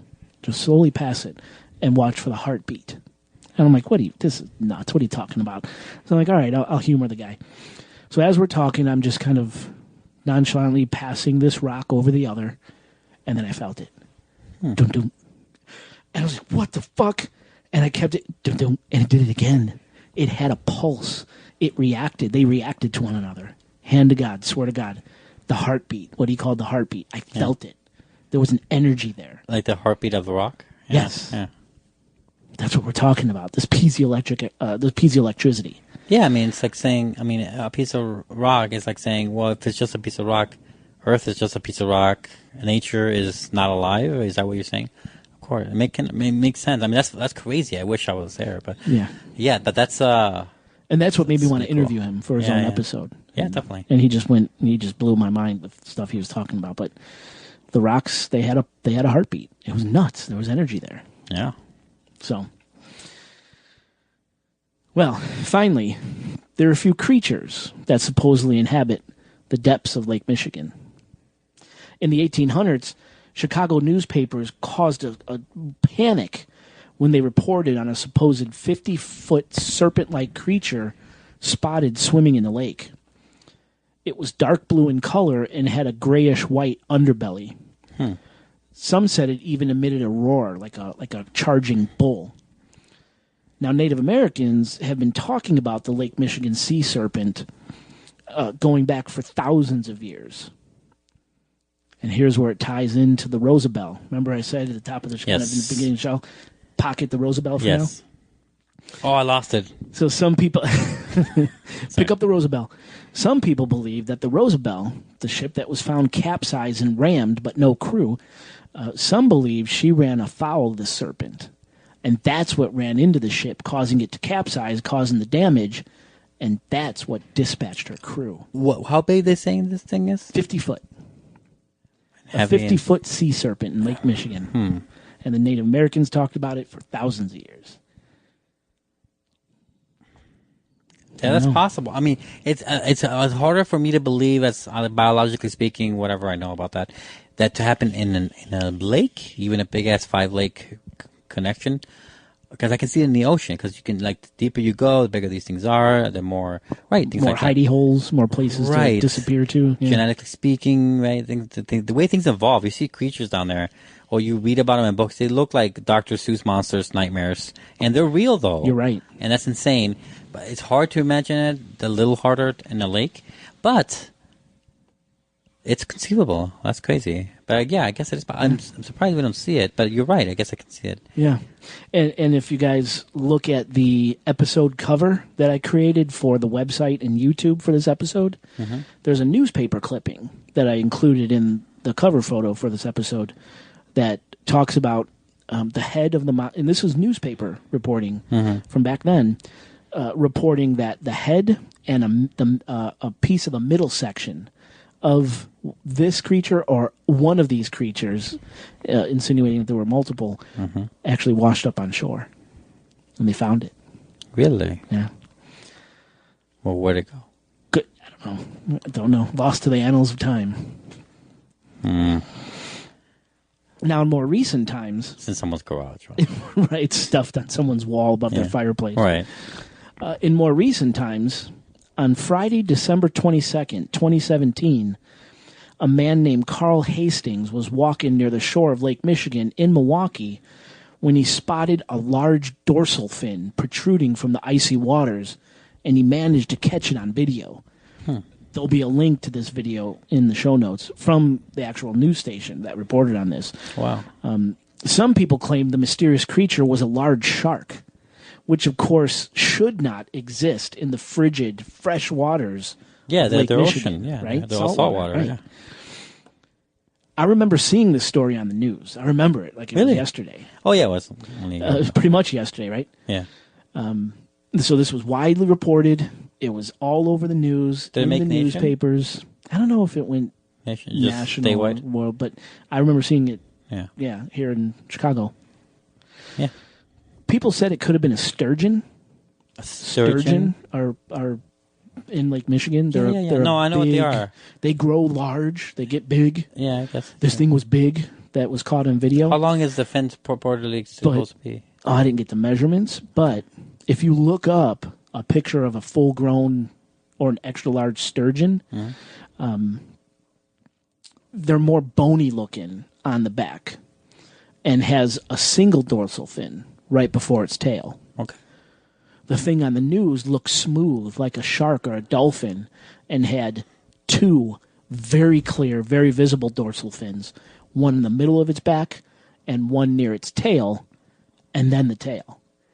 So it wasn't a sturgeon. There's no way. So to me, it was a fucking shark in Lake Michigan. So you're saying like a creature In December. that somehow is adapted to freshwater, like a shark, Swam in. unrelating to the sea serpent thing you're talking about. This is unrelated to the sea serpent.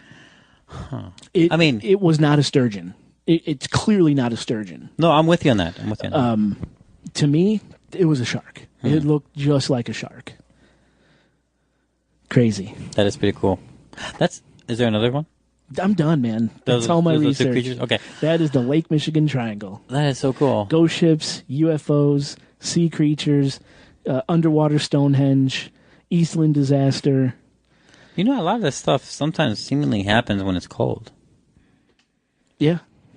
Well, that's when we know. That's when a lot of those storms kick up on the lake, and those massive waves come in, and the squalls happen, and they see water tornadoes. What do they call them? Water funnels out on Lake Michigan, where water is actually going up into the sky. I'm trying to see if, because I want to see one. Either a ghost. I want to see one too. Ghost ship or a sea creature or all of the above. They seem to, right, it makes sense. They come out in turmoil and torrents and stuff like that. Any way for us to do that? No, we can't. I mean, we literally can't even see 2 feet in front of us when that happens. You mean underwater? No, not under, but I mean, like, if we were in the area, but if it was like a storm, a thunderstorm, probably won't be able to see much. We could certainly try. Yeah, I want to try that. I think the Eastland that you suggested, I think that would be a good podcast Eastland's trip. a great first one for sure, because it's so close and it's much more reachable. Maybe we could charter a boat. Charter a boat? Yeah, I'm sure there's got to be Get something. out there. There's got to be something. Oh, God, yeah. Yeah, I would love that. So what'd you think of the topic? I liked it. It's a lot more than I thought they would be there, but it makes sense, you know. It's... I mean, the real saddest one is the one that, you know, the Eastland one. That's the really sad one. That's a bad story, man. That's just a shit story, man. But it's fascinating how much history there is beyond the confines of this country's age. Like, a lot of this stuff comes way before that. Well, like the natives living in Michigan, 11,000 BC. What? Yeah. It's nuts. I never knew that. Yeah. Yeah, because, you know, there's this, I read this one, I don't know if it was a theory or if it was real, like a fact, I don't know, but this is one history thing where people, like, you wonder, like, how do people get from one point of the world to another? Like, if humans spawned, ideally, right, from Africa, right, in that area, and they branched off from there, makes sense. But there's a stopping point. How you can't get to United States, what we call today United States. You can't get to South America. How are you going to get there? Well, because back then, a long, long, long time ago, through the Asian side, a lot of that was frozen. You can literally walk from Asia Pacific area, whatever, to Alaska. and same thing from down south. Jesus. That's why there's a little bit of Asian and Japanese or whatever you want to call them, a heritage or lineage in the blood of a lot of like Brazilians and shit. Because a long, long time ago, you could walk it. That's nuts. Because that's how cold. Yeah, and they'll find artifacts that don't belong. Yeah, so it's like, I mean, the lands were separated, but people could get across somehow back then even. And they probably thought it was just like frozen land, not knowing it was just ice. Well, wasn't there even a time when all the continents were connected? Yeah, long Pangea. Pangea, yeah. But I don't think, as far as prevailing theories about that, there was no humans like that around back then in Pangea times. I mean, we probably would love to say we did exist back then, but I don't think so. Yeah, I'm not sure. I don't know. Because once we separate, because the problem with that is that, well, you could say, like, what if whatever creatures we evolved from or came from were in all of Pangea, so obviously when they separated, we would still be in everywhere. But we don't evolve the same if we're separated.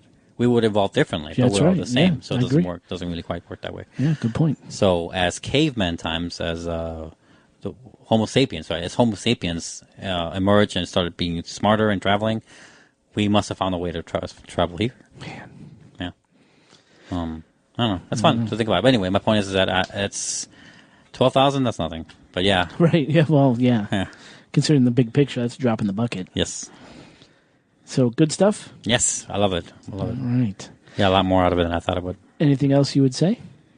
No, I mean, just, don't go out there. Don't go out there. Stop traveling on Lake Michigan. Get the fuck out.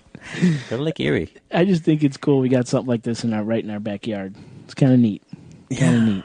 Yeah, I've been there so many times. Never knew. No. Well, we cool. will have a new outro. Yes. We're going to have a new outro. Listeners, let us know what you think. I made it myself, too. The new music. Oh, let us know what you think of the new music. Contact at chicagoghostpodcast.com. Oscar, take us home.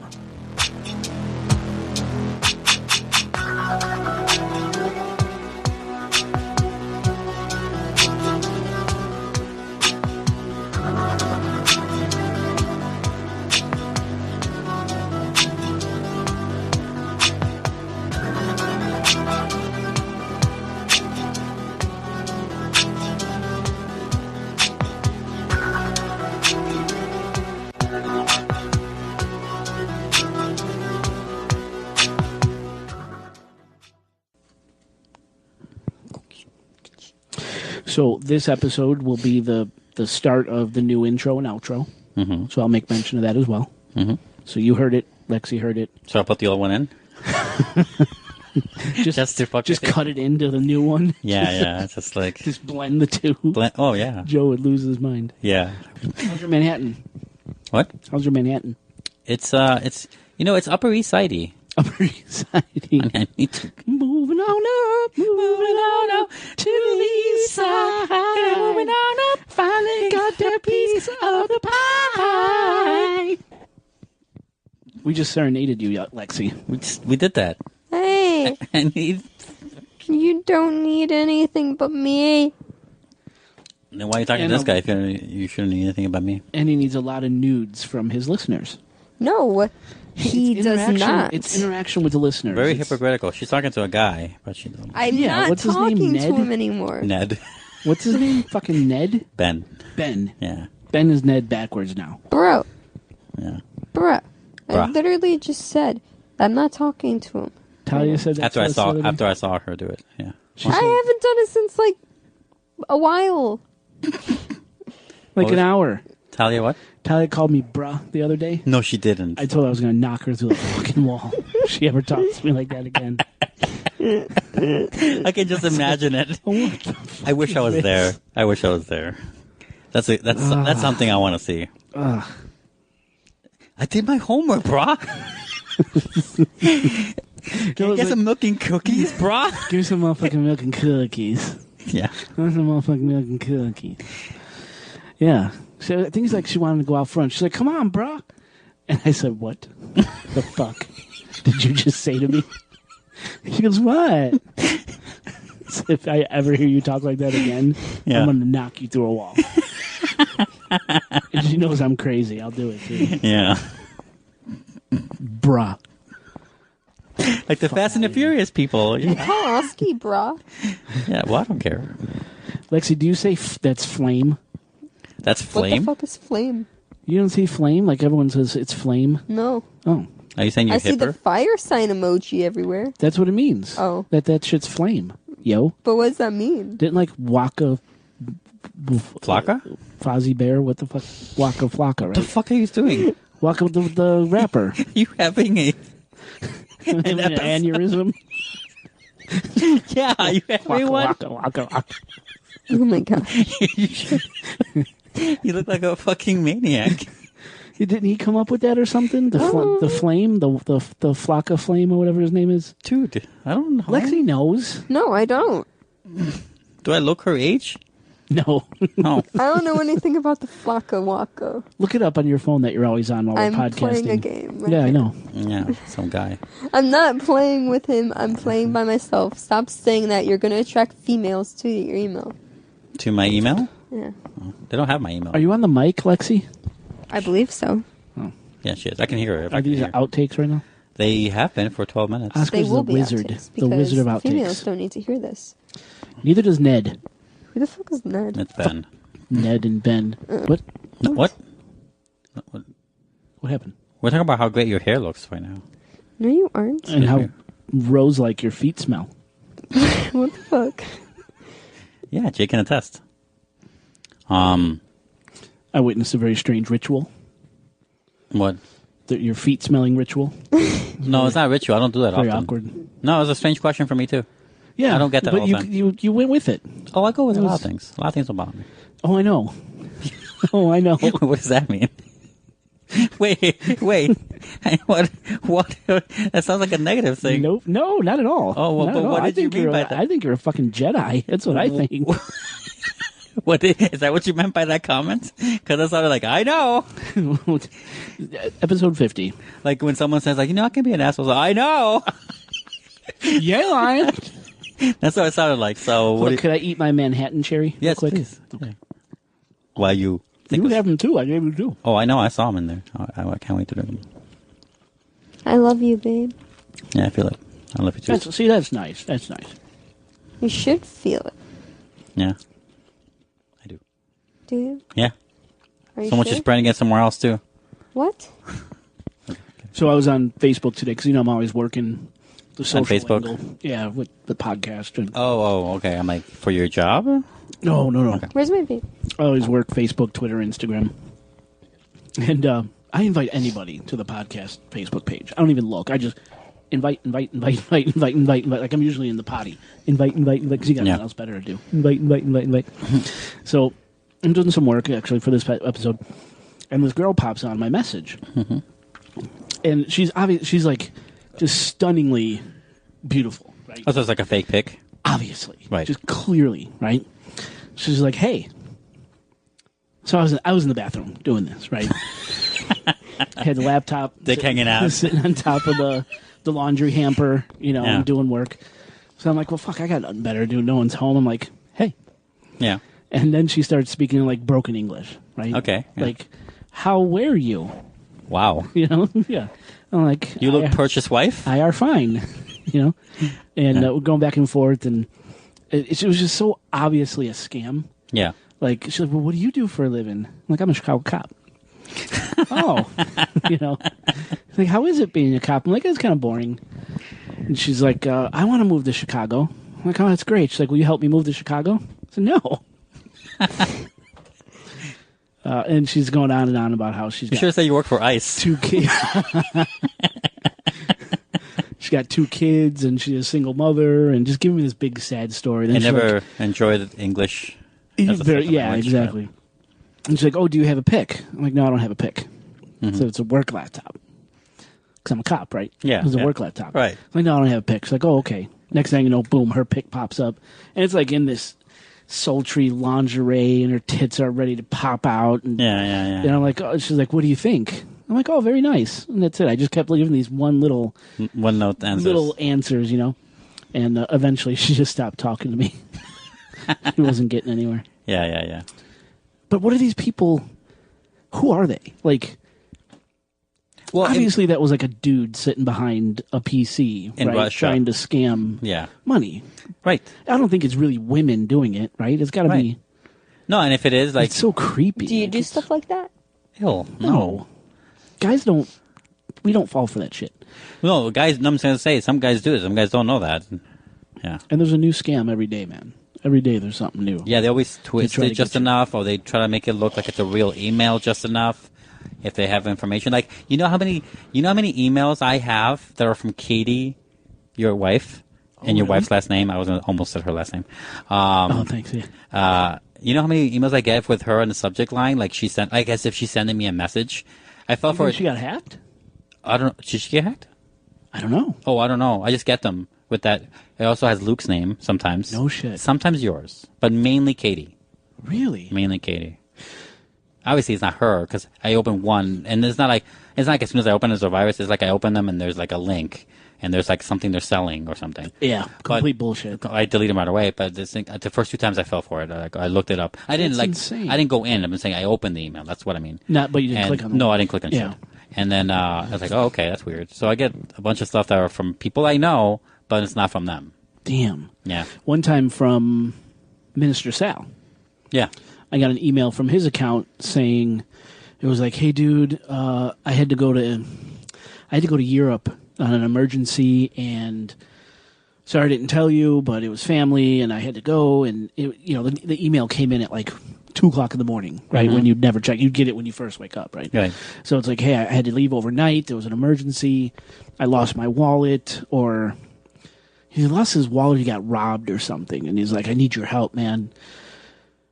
And at first, because, I felt like I got it exactly the time they expect you to get it. When you first wake up, you're checking your email. I wasn't really with it. I'm like, what the fuck is what? But then I started reading it, and it kind of sounded like him, but then there were other words or phrases or the way the sentences were structured. I'm like, hold on, wait a minute. And the whole thing is, I'm in trouble. I'm your friend. It was an emergency. Please send me money. Wow. Yeah, it was so creepy. That's very elaborate. And then my cousin, he was just in New Orleans, and somebody got his phone number, called him while he was in New Orleans, and said that his kids were kidnapped. Oh, shit. And that if you don't pay the money, they're going to kill his kids. Oh, man. And he immediately called home. His wife answered, "Where's the kids? the two, right?"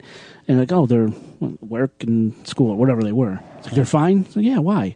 He's like, "Oh, I just got this call and they're asking me to send ransom." It was ransom. Yeah, exactly. Fucking crazy. Yeah. Dude, if I got a call like that, I would lose my mind. Yeah. Well, just don't pay right away. That's my point. Right. But yeah, somehow they got his number while he was sitting around a bar or something, and they called him and said, I mean, there's many ways. I mean, I'm sure their devices just pick up numbers, right? right. See a guy with a wedding ring? All right, 50-50. He's got kids or not. Let's make a call. Yeah, probably. But creepy shit. Creepy Also, shit. like if he has his number, like if you have a phone number from someone and they don't have their privacy settings set well on Facebook, and you have your number on Facebook, you can find out through Facebook your name, and then from your name, a cursory glance, you can see how many kids you have, and see how many kids you got. You can see all this shit, and you can attain a lot of information to manipulate a situation if you want. Or sit next to somebody at a bar, buy him a Right. drink, strike up a conversation. Right. What's your name, dude? Where are you from? Yeah. Oh, okay, we got... Okay, Oh my God, I had this His name's weirdo. John Smith from Chicago. Jump on Facebook. Right. Yeah. Look up John Smith from Chicago. Oh, he's got kids. Yeah. Right? Yeah. Wow. Yeah. Shit. 2000, 2001, something like that. Yeah. Wow. But yeah, she got stoned. She got taken. That's So not could happen good. to the best of us. When you first said she got taken, I'm like, she got kidnapped? You didn't tell me the story? That's my first. These are the kind of things you want to talk about. Yeah, what the fuck? I thought 15 years, bitch. Like, Come on, brah. Why aren't you brah. telling me, brah? oh, where's Talia? I want her to say And it brah again. is just BRH, too, just so you know. Yeah. It's BRH, bruh. We know that It's one. like a... It's or more... B-U... Okay, I Wait, need this. B-R-U-H, too. Bruh. Oh, with the H, too. So you're BRU. I say with an A. Either I go bra- traditional, bro. Oh, Bruh. look at you. I like bro. I like bruh. Bruh. What about Bruh. the bro? Too ethnic. Man's ear. The man's ear. Yeah, man's ear. Festivus for the rest of us. Yeah. I got 6 Facebook notifications. Yeah. Oh, I wonder if one of them's from Ned. Ned. Okay, his name is Ben. She wants to make sure that you know his name. Yeah. So I See? can look him up and Ned is stalk him. such a weird name. Ooh, I have a message. Who's the message from? I have 14 Do we gain notifications. so many like Instagram followers? Do we? Yeah, I should follow you guys. we're doing pretty good. I don't follow anything. Yeah, why don't you? I'm really bad on social media, man. You think I wouldn't be? Because, I mean, I'm at the ripe age where that kind of thing was coming up and people were all in it. But I never gave a shit to keep it up day by day. I don't know how people live on the internet. I don't want to live on the internet. Well, I do it for the podcast. No, I know you do. know? I know. I'm not saying I don't know its value. I'm just saying I don't have it in my habit bones. Like, it's not a habit. Habit bones? Yeah. It's a hyphenated word. Yes. All right. Let's get the countdown going. How do you think I should enter having a brand new intro song? Close the mic. Should I be like, yeah, that's our new intro? Or, yeah, I fucking love that new intro? Or should I be like, yeah, we got a new intro? Or should I be like, doo-doo-doo, doo-doo-doo, doo-doo-doo? What do you guys think of that new intro? How would you do it? New intro, bitches! Nice, babe. Like that? I wasn't going to say that. I was going to say totally like just be a normal show, but then I was like, well, let's go with it. Yeah, because it's like this kind of fast-paced, kind of heavy, scary kind of intro, and it's brand new on this episode. So how would you? I just told you how. What? You can hear someone? Oh, I thought she opened the door. Oh. I I thought she was asleep. We got to get her back on. No, she had a ton of homework to do. We got to get Katie back on? Yeah. Yeah. It's been so long. It's been a while. It's been a minute. New intro, bitches! Yeah. Little more ringside boxer announcer.